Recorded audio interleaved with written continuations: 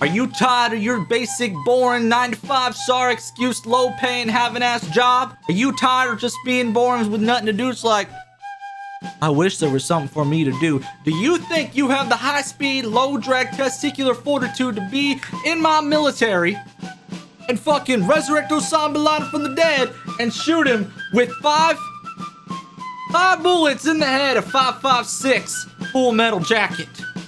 Well, this video might be for you because we're talking about the 7 reasons why you should join the United States military. Motherfucker. Let's go to war!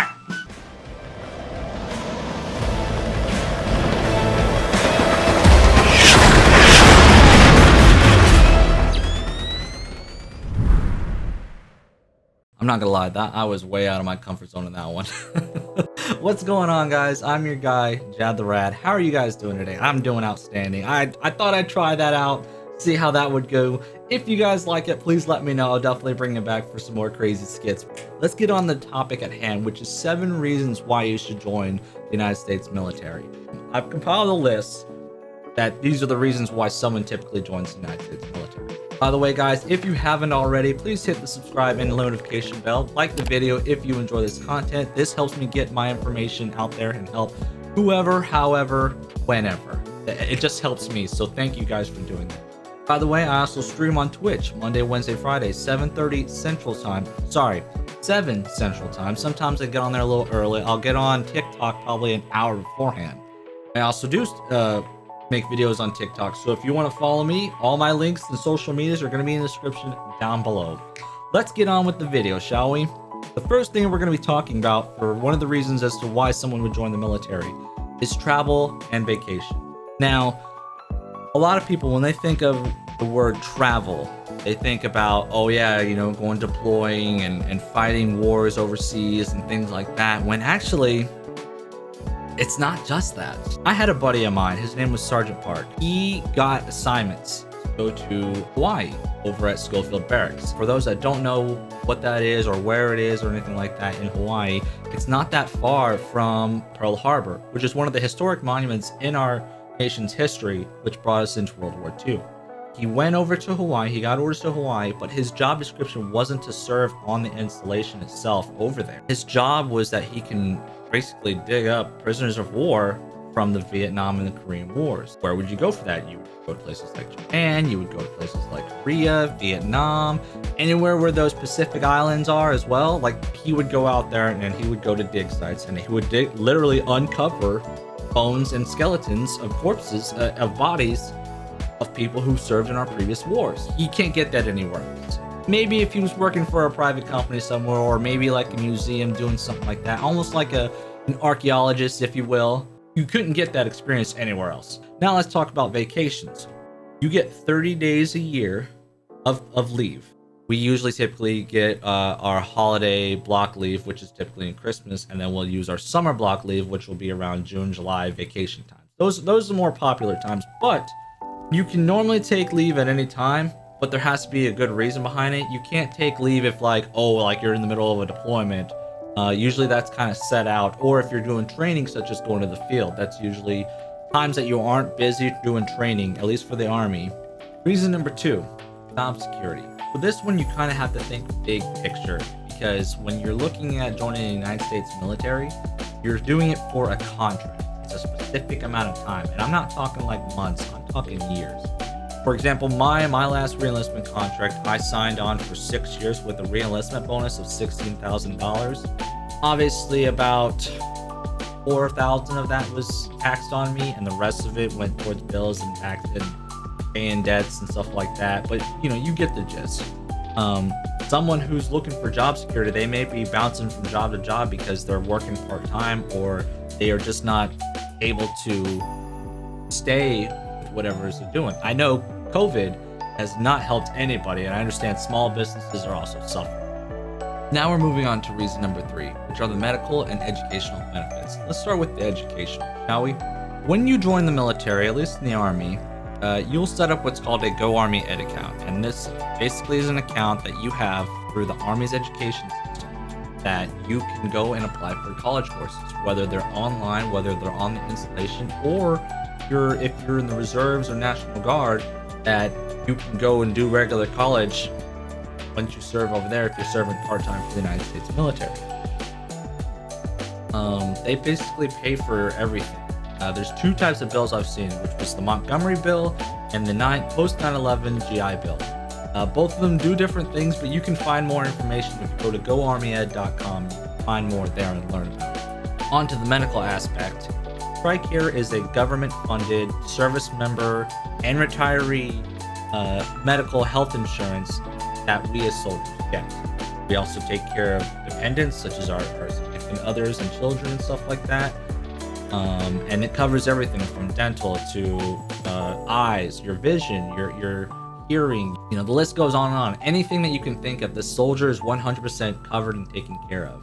I'll give you a perfect example for me. I just had my appendix removed, and I also had a septoplasty about 4 or 5 years ago, and the Army covered it all. And I even went to doctors off the installation. Typically what happens is if you require a surgery or a need somewhere that the military cannot provide, they will refer you to somewhere off the installation, and they will 100% cover it. Reason number 4, which is going to be your pay and retirement benefits. Starting with retirements first, a lot of people are more accustomed to the serving the 20 years and then you get a paycheck for the rest of your life. Well, now things have changed. There's a new retirement system out there that's taken effect the 1st of January of 2018, known as the blended retirement system. I don't know how to exactly explain blended retirement system for you. I will leave a link in the description below. That'll best help you, and hopefully that might be of more help than you than I can. But just know that yes, there are changes to the retirement system. Moving on with the other reason was the pay. You get a paycheck the 1st of the month, or you can have it on the 1st and the 15th of every month. There's also perks a little bit for if you are married. You get what's called BAH, which is the basic allowance of housing. This is a lump sum based on the area of where you live that you get throughout your paychecks, whether the 1st and the 15th. It basically helps you with housing. When I got married in Kentucky, my BAH was probably around $1,400 to $1,500 a month based on my pay grade. But when I went to places such as Colorado, I was making around maybe $1,700 to $1,800 a month for BAH. And I have the option to live on base or off base. Now remember, if you do live on base, a good chunk of your BAH will be taken from you. That will cover everything for it, and then you might get $100 depending on where it is you're living on the installation or where you're at across the world. But typically, if you live off post, you will 100% get that, and then you can do whatever you want. Reason number 5, which sounds more like a cliche than anything, and it 100% is, it's family tradition.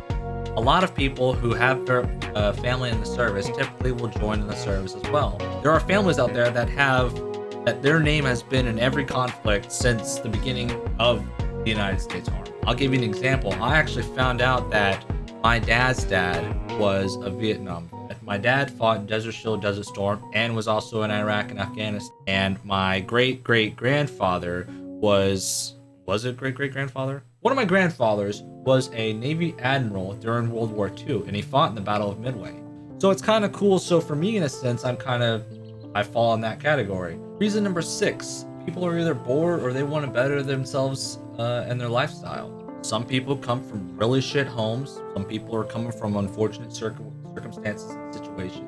And some people, they're just, hey man, this isn't fulfilling what I want. This is really boring to me. A lot of people come into the military and they're like, I want to see guts, I want to see action, I want to fight, I want to take on the bad guys. And that's okay. I'll give you a perfect example of a guy that like his excuse was that he was just bored.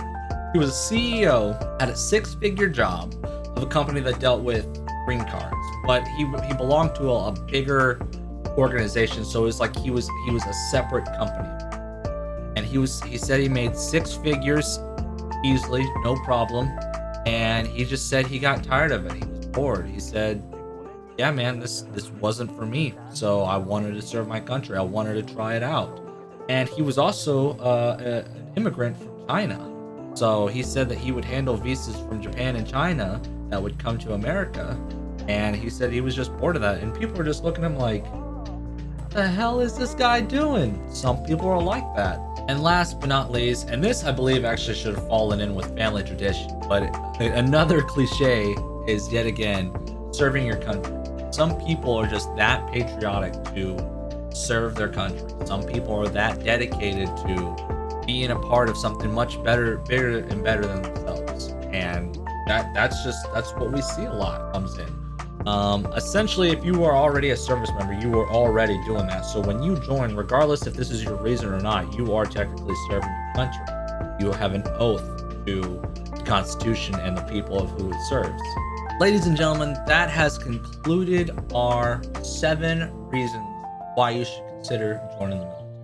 And now remember, this is all primarily for the United States Army. There are other branches out there that I would love to talk about in the future. Please like, subscribe, and hit the notification bell so that way you guys are aware of when I'm posting videos. I'm going to try and get a video up at least once a week. That way I can get, a consistent rhythm for you guys, and that way you guys can see when I'm posting, and then that you know that it's going to be there. Next week's video, we're going to talk about the reasons why you should not join the military. And it's more of something that I've learned from people I've met in my past, as well as what a lot of people have come across. So until then, guys, take care, stay safe. I'll catch you in the next one. Peace.